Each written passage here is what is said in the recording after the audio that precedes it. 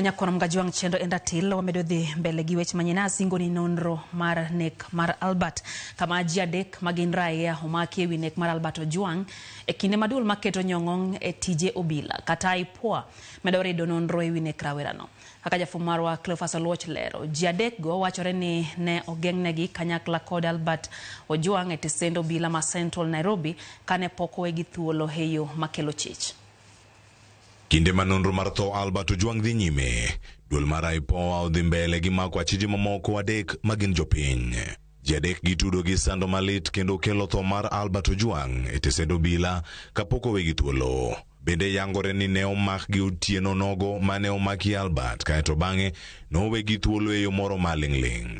Igeno ni biro chwal gi edo chieng' wuok tich kaachiel kod OCS ma tesend obila ma Central Samson Talam. Magibiro e sama riwruog kanise ma pacho kae Kenya Coalition of Church Alliance and Ministries ogolo duongi ka gikwedo nek mano mar Albert Ojwang kendo kwayo nonro mondo tim mapiyo. We urge you to expedite investigations into the death of Albert Ojwang as well as other unclear deaths of young people in the nation and ensure that all the officers found culpable are held accountable under the law. Seyo kod siem bende ochiu ne ogai mar obila Douglas Kanja ewi kaka obila tayo tije gi pacho ka.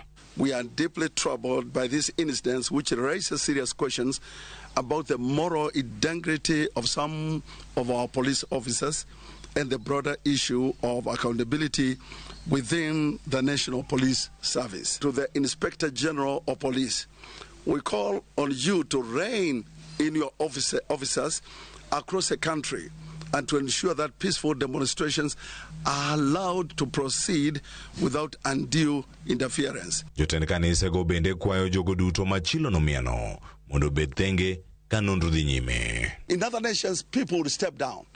They will not even wait to be told by the citizens to step down. So I would say everybody who is involved should step down. If they later are found not guilty, no problem. They'll be reinstated to their places of work. Jumapil makawuono, oganda jo Kristo bende ne ochokore alam kuonde mopogore opogore. E kanisa mar Holy Family Basilica Nairobi, misa makende ne osom ne mosenindo Albert Ojwang. Misa ne ochakore okinyi ka jokwaya juso. Jodongo kod nyithindo duto ne chano wende mag pak kod injili.